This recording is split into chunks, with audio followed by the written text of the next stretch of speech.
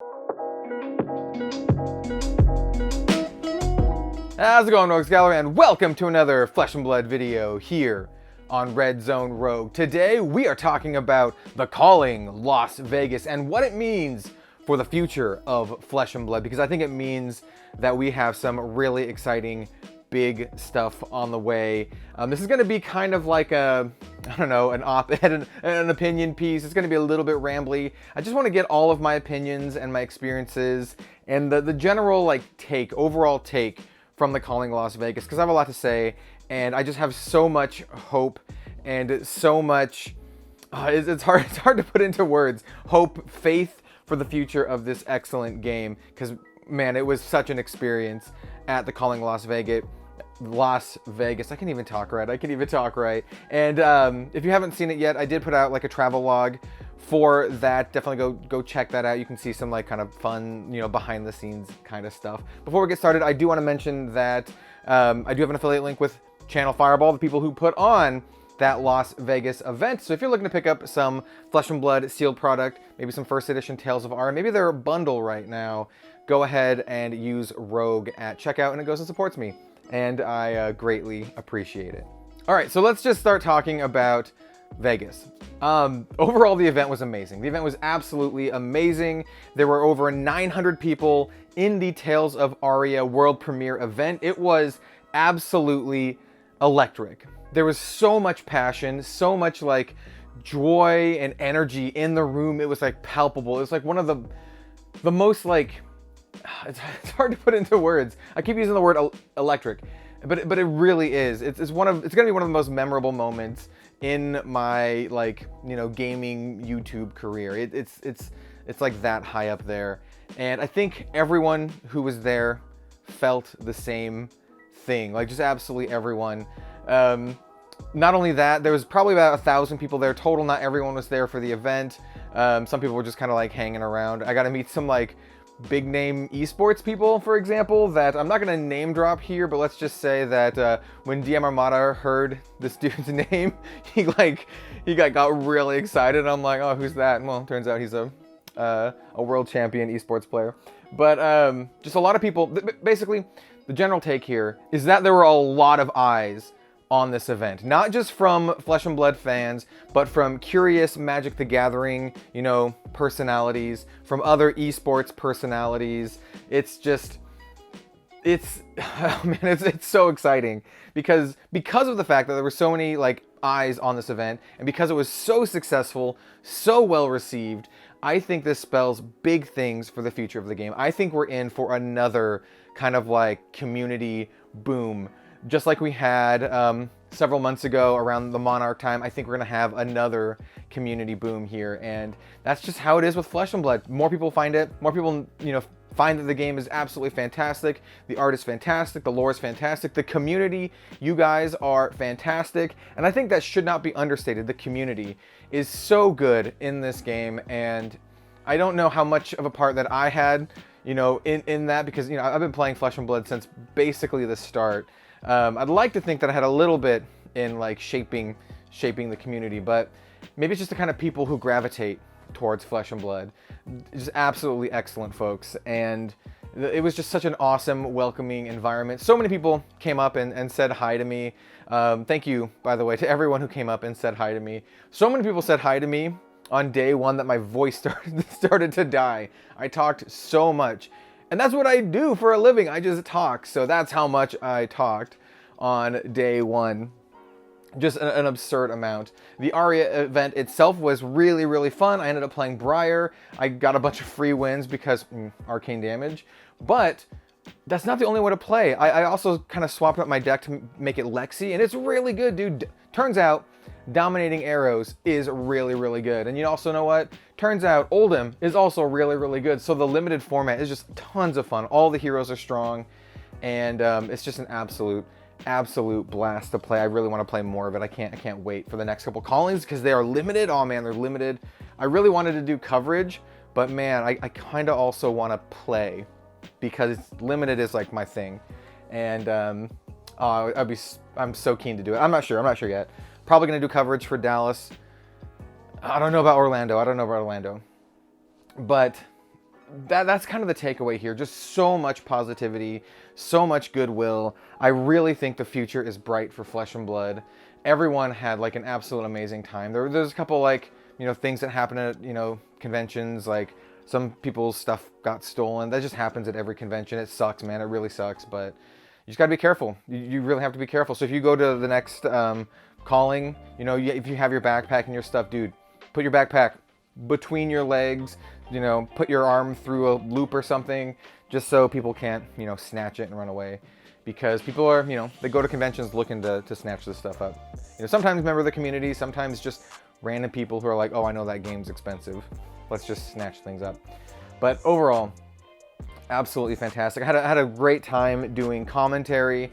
It was so cool to get to know all of the people on the production team and the, you know, who are running the show basically. Absolutely fantastic people. Shout out to all of those guys back there. You know, Jeff, BJ, Corbin, like absolutely fantastic dudes.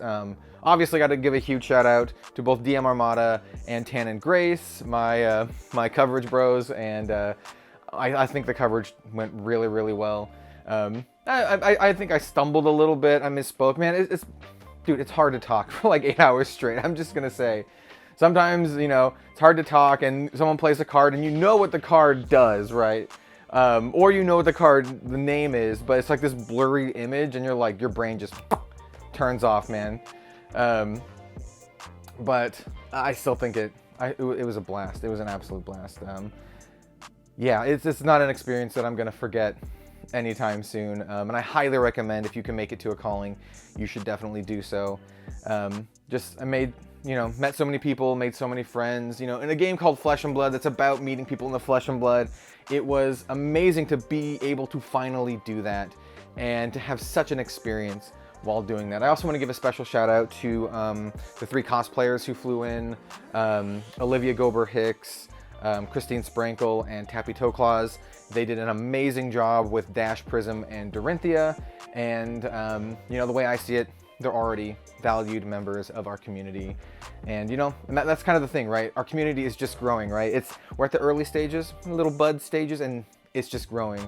2 years from now, 3 years from now, just imagine the beast that this is going to be. And I think this event really solidifies it. If anyone was on the fence, like, oh, people don't play Flesh and Blood, oh, it's just all for collectors, I think this really solidifies it. This was an amazing home run win for Flesh and Blood. Like, the turnout was great. The tournament was great. The meta was pretty close to what I was expecting, to be honest. It's actually really funny. Right before the main event started, we were back in the booth just kind of talking about expectations and stuff, maybe talking about what we're going to say. And I actually predicted that there would be 4 chains in the top 8. We ended up with 5 chains in the top 8, which I was a little bit disappointed because there was also a Bravo deck and a Katsu, aggro Katsu, that were really close to making top 8, and I was really hoping for them. I was really hoping they could push out 2 chains, and we'd have like only 3 chains in the top 8. How amazing would that have been? I think aggro Katsu really had a good chance to win. I think it was in a really good situation. Yeah, when it was like down to Prism versus Chain, I was really rooting for Prism to win. It looked really unfun to play against, this grindy control Prism.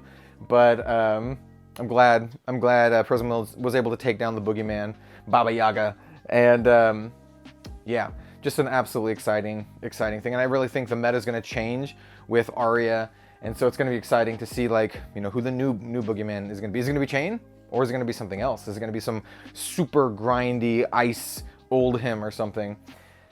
Oh man, it's just so much to look forward to. We have the pre-release coming up this weekend too. I'm going to be going to my local pre-release on a Sunday, I think at like 1 o'clock or something like that.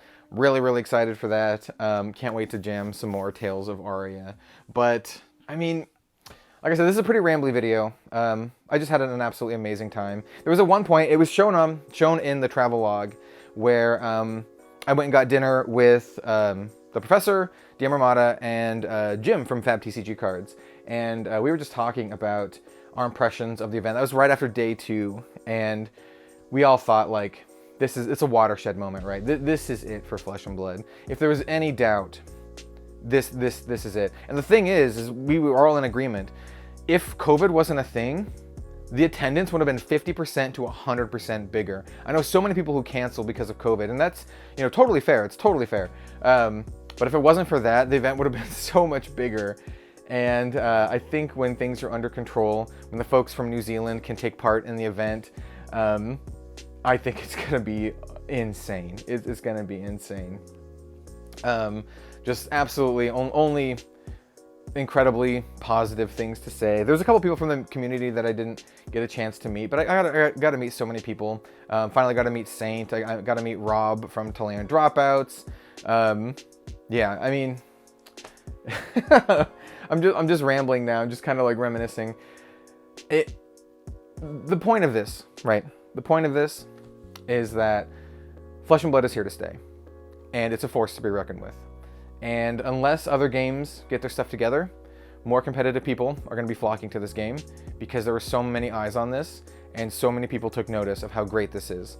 I think the coverage went really well, and I think that there were so many people and so many positive vibes, and all of this combined together with a huge prize pool for next year means that I think a lot of people are going to be looking to get into Flesh and Blood for many different reasons. You know, competitive players, people who just like the art, people who just want to be a part of something, people who are sick of Wizards of the Coast, people who, oh, it's really interesting, by the way.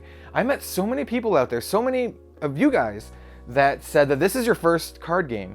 If that's true, if you watched this far for some reason and got past all the rambly crap, let me know down below if this is your first card game. That is fascinating to me, because I know like a lot of people are like, oh, they're probably coming in because of Magic or whatever, but I don't think that's, I mean, I'm sure there's a giant chunk of people like that, but that's not everyone, and that's amazing. The fact that people are coming into Flesh and Blood as their first card game ever says so much about the game, because a lot of people are like, oh, Flesh and Blood is too complicated or whatever. In fact, I don't think it's that much more complicated than Magic, especially when Magic can have like really, really complicated board states where you have to worry about blocking with a whole bunch of different crap and combat tricks and instants and all that kind of stuff, where Flesh and Blood is, a lot of things are compartmentalized down, right? There's obviously a lot of skill in planning stuff out, and people who can memorize what's on the bottom of their deck and what they've pitched. That's a ton of skill. That's a skill that I don't even have, which is why I do commentary and I'm not winning the calling. But I don't necessarily think it's more complicated than Magic. In fact, I taught my partner Robin to play Flesh and Blood, and she doesn't play card games at all. And that is almost validating to me to hear so many people who are like, I've never played card games before at all, and they're like really into Flesh and Blood. Once again, that's just a really, really good sign. I know a lot of people are like, oh, there needs to be a casual market for this game. I think there is, man. I think there really is. Obviously, the competitive stuff is there, but I really think there's a casual side too. Maybe they introduce PvE and, you know, co-op stuff to help facilitate that. But people are just drawn towards the characters, towards the lore, the flavor.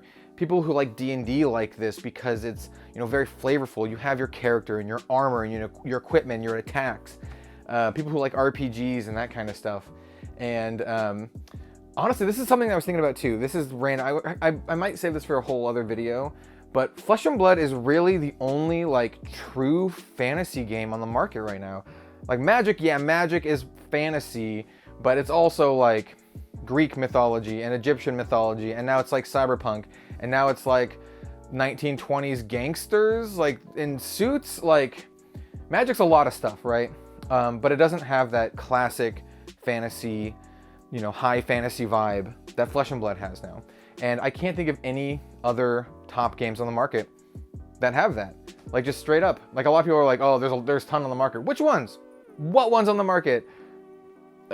There might be some like small, like tiny indie stuff, but I mean, I'm really into card games, as you can see, and most of the ones that I know about are dead. Anyway, that was a lot of topics for this video. Thank you so much for watching. I also just want to give a shout out to, once again, everyone I met at the calling. You know, shout out to the professor, shout out to DM Armada, Jim, shout out to Travis from Fab Foundry, just all excellent people. And I'm just so honored to be a part of this in the capacity that I am. I think this is something truly great. And I mean, it was history, man. Flesh and Blood right now, it's history in the making. Yeah, yeah, all we have to do is continue to prove the naysayers wrong, as we have 1,000+ attendance events, and yeah, the future is radiant for Flesh and Blood. Yeah, so thank you so much for watching, everyone. We will see you next time for some more Flesh and Blood content. Have a good one all. We'll see you later.